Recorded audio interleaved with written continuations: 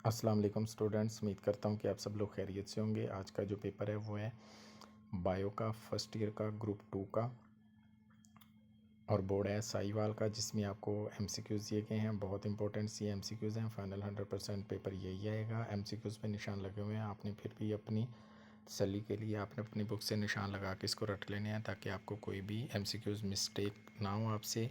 अगर आपने हमारे चैनल को लाइक शेयर सब्सक्राइब नहीं किया तो करें, बेल आइकन को दबाएं ताकि आने वाली वीडियो आप तक पहुंची जा सके। कोई भी एमसीक्यूज़ आपने मिस नहीं करना, अच्छे तरीके से आपने इसकी तैयारी करनी है। सबसे पहले एमसीक्यूज़ देखें, दूसरा, तीसरा, चौथा, पाँचवा, छठा, सातवां, आठवां, नौवां, 10वां, 11वां, 12वां, 13वां, 14वां, 15वां, 16वां और 17वां।